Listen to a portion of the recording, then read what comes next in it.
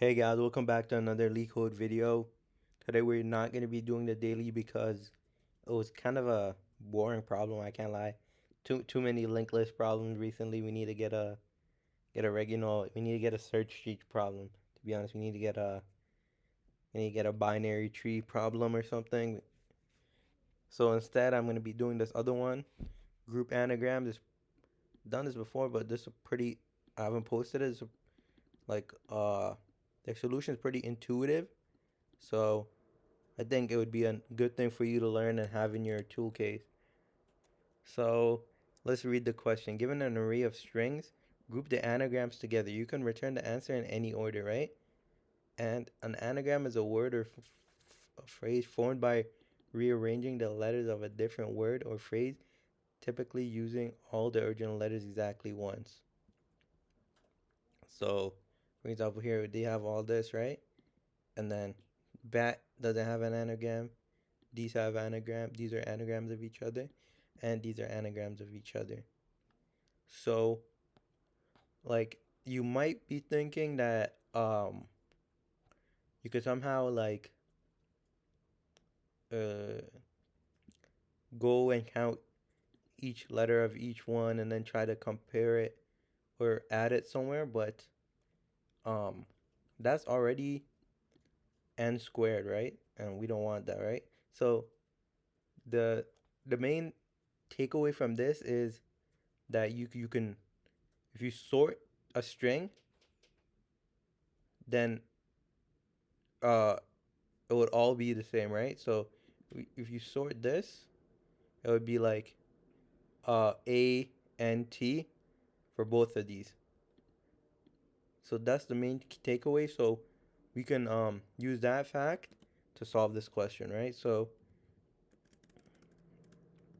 let's just have so what we would do is we would have the sorted version of the string as the key and then an array as the value, right? And then we can sort each one and see that if it's a key, and then if it is, then we add it to the array, and if it's not, then we just create a new array, right? So let's go ahead and start. So I mean, there's this useful feature from collections, which is basically a default dictionary.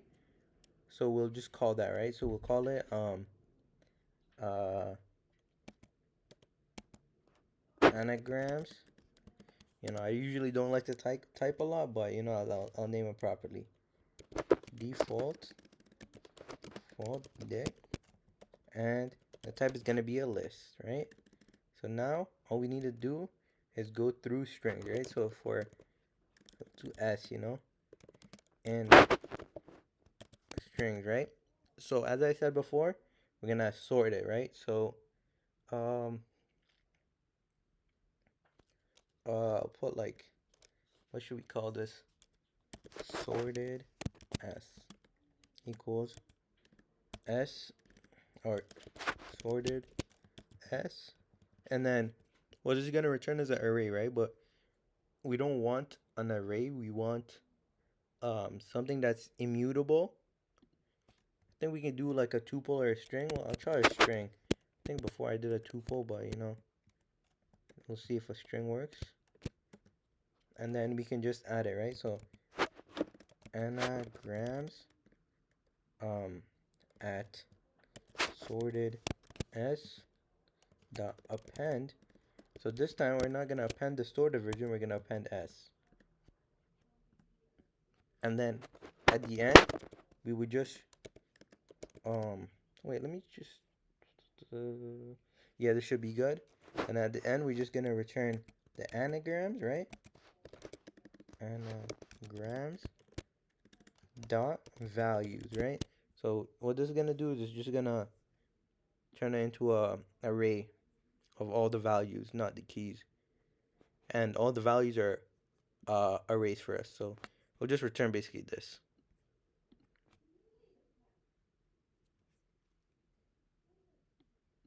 Oh, spelled it wrong. Sorted s.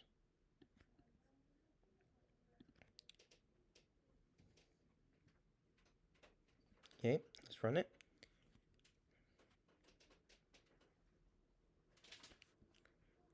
Okay, I don't know why it's so slow to be honest.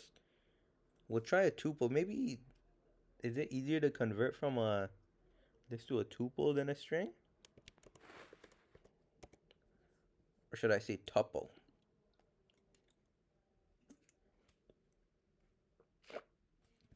Yeah, it looks like that's true. Let's just quickly take a look.